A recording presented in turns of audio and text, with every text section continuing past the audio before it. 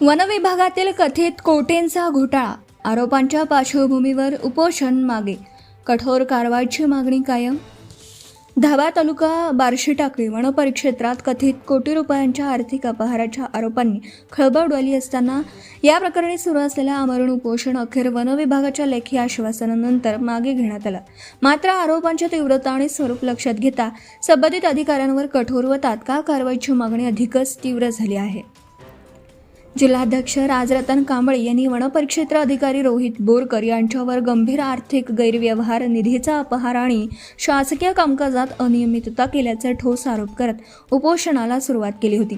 या आंदोलनामुळे स्थानिक स्तरावर मोठी चर्चा रंगली होती.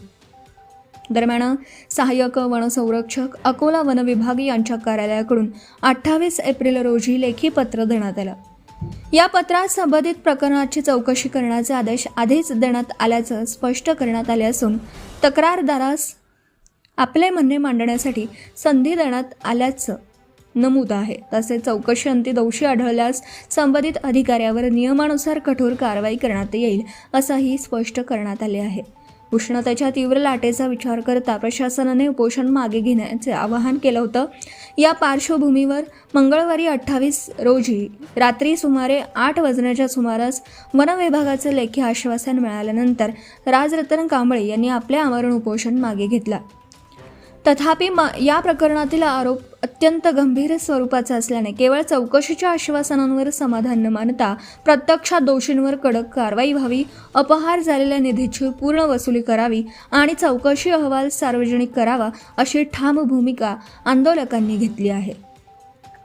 वनविभागाच्या या भूमिकेमुळे सध्या आंदोलनाचा तात्पुरता विराम मिळाला असला तरी पुढील काही दिवसात चौकशीची गती, निष्पक्षता आणि अंतिम निर्णय याकडे सर्वांचे लक्ष लागले आहे. जर कारवाई लांबली किंवा अपुरी राहिली तर पुन्हा तीव्र आंदोलन छेडण्याचा इशाराही देण्यात आला आहे. या प्रकरणामुळे संपूर्ण वन विभागाच्या कार्यपद्धतीवर प्रश्नचिन्ह निर्माण झालं असून पारदर्शकता आणि जबाबदारीची कसोटी लागणार असल्याचं स्पष्ट दिसत आहे.